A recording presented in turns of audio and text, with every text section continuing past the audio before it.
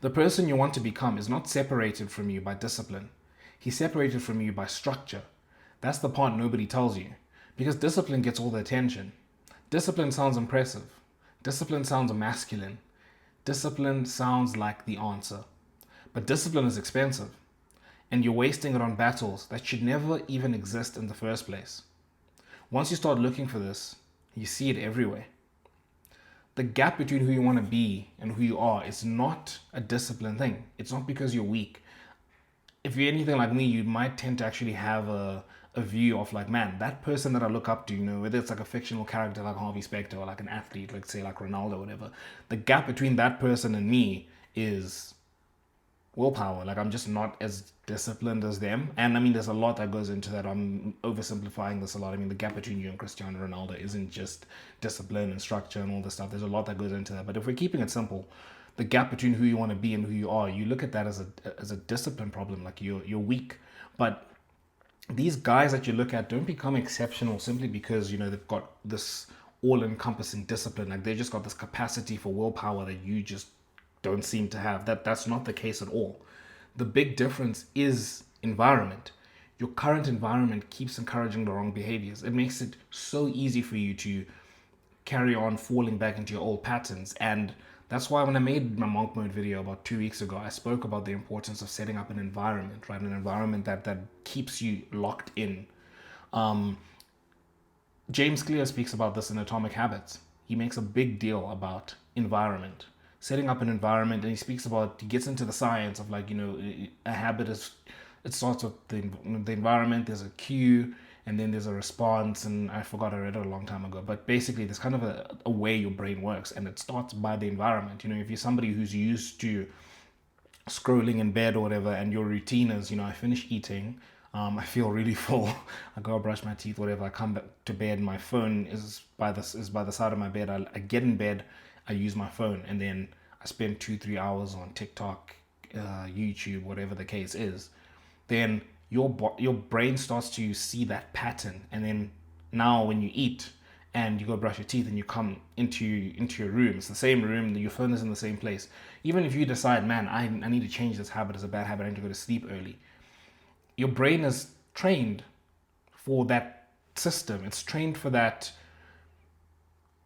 sequence, right, of eat, brush teeth, lie in bed, go on my phone, and then sleep, right? So you need to change the environment if you're going to change that, right? The gap is not a weakness thing. It's not that you have a willpower problem. It's you need to change the environment, right? What if you lived in a whole different place where you didn't have a phone in your bed? Say you went, and this is why I always find it interesting, like observing the military. Why men, when they go to the military, they're like completely disciplined, and then when they come back, they just fall back into like their old habits, and they go back to taking drugs. Same thing with rehab. It's an environment issue. You've taken somebody out of the existing environment that's created the person they are, the bad habits that they have, and you've put them into an environment that doesn't allow for that to happen, and they find it relatively easy, right, to kind of shed off the old habits because the environment is a new environment. There's no drugs, there's no like phone or whatever, like there's no thing that's bringing them back down to their old level. It's a new environment, and it reminds me of this thing. I don't know if it is from Atomic Habits, or if it's from another video I've heard, but it's adjacent with this whole idea, is that you don't rise to the level of your goals, you fall to the level of your systems. And that is it. I mean, if you could condense this whole video into one thing, it's that. You don't rise to the level of your goals. You fall to the level of your systems. And those people that have been put into a new environment change completely. But then you take them out of that environment and you put them back into their old environment, they change back to their old person because that's just how the brain works, right? And the other thing that's important for us to realize is that willpower is expensive. It is cognitively expensive, and there is a finite amount of it. You can't carry on fighting against your flesh, let's call it, right? You can't keep fighting against your flesh like consistently, right? There's some battles you don't need to be having. You don't need to wake up in the morning, fight the urge to like, man, I want to go back to sleep, like it's cold, or it's early or whatever, and then now you must fight the urge to go on your phone because your phone is like right there, and then you must fight the urge to go and freaking eat Cocoa Pops or whatever, when you're trying to eat clean. You don't need all of that. Remove that stuff from your environment. Create an environment that is favored to creating these new habits, right? And this is where it's important to note that systems beat discipline, right? And that's the whole thing. As I go back again, you don't rise to the level of your goals, you fall to the level of your systems. Is that the systems are what make it impossible for you to fail, if we can put it that way, right? If you create a system where you don't have the phone in you, and I'm just using a very simple example, but this applies all across the board. I mean, for me, an example I can use is like working. I don't work from home anymore because I get no work done when I'm at home. I just notice the environment, right? I find it difficult to put on my laptop in the same room where I watch YouTube videos, or I lie down on my bed and I'm just like scrolling on TikTok, whatever the case is. I find it difficult to do that. So I'm just like, dude, I'm just gonna go to the office. And there at the office, I don't have Wi-Fi, so my phone, I can't access YouTube. And I'm at work, I'm at the office and there's other people around me working. So cool, I have this little routine. I get into the office, I set up at my desk, I go and I grab, a cup of tea, I grab some sparkling water, and then I sit and I do my work. It's very different to trying to fight the urge when I'm in my room to like, hey, put on your laptop. Oh, but your phone is here. Oh, but you could go grab a snack. Oh, but you could go do this and that and that. Very different, right? And in those two scenarios, the change isn't really discipline. It's just your environment makes it more difficult in the second scenario than it does in the first. And that's important for you to just realize. You're like, man, okay, first I need to change my environment. Okay, and then how can I set up my environment in a manner that actually makes it impossible to fail, if you can call it that, right? I've heard that, I mean, it's one of these things as well where it's like one of these tips, it's one of the smaller tips, but it gets across the bigger picture of the lesson I guess I'm trying to get across, is like sleep in your gym clothes, or make sure your gym clothes are set out.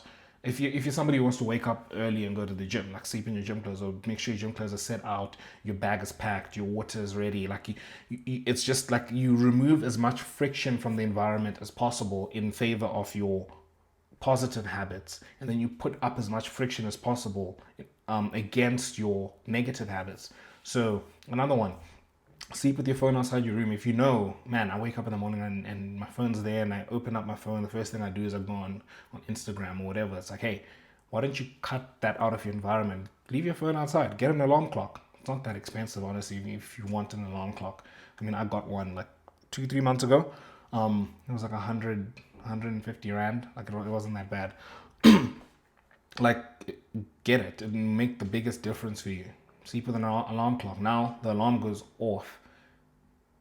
You're in your gym clothes, or your gym clothes are there set out for you. Everything's set out for you. All you need to just get up and then go and like brush your teeth, yada yada yada yada. But you're not fighting this phone thing, and you're just making the environment work in your favor. And that's a big thing. And that's why, again, people always speak about, you're the average of the 5 people you spend the most time with.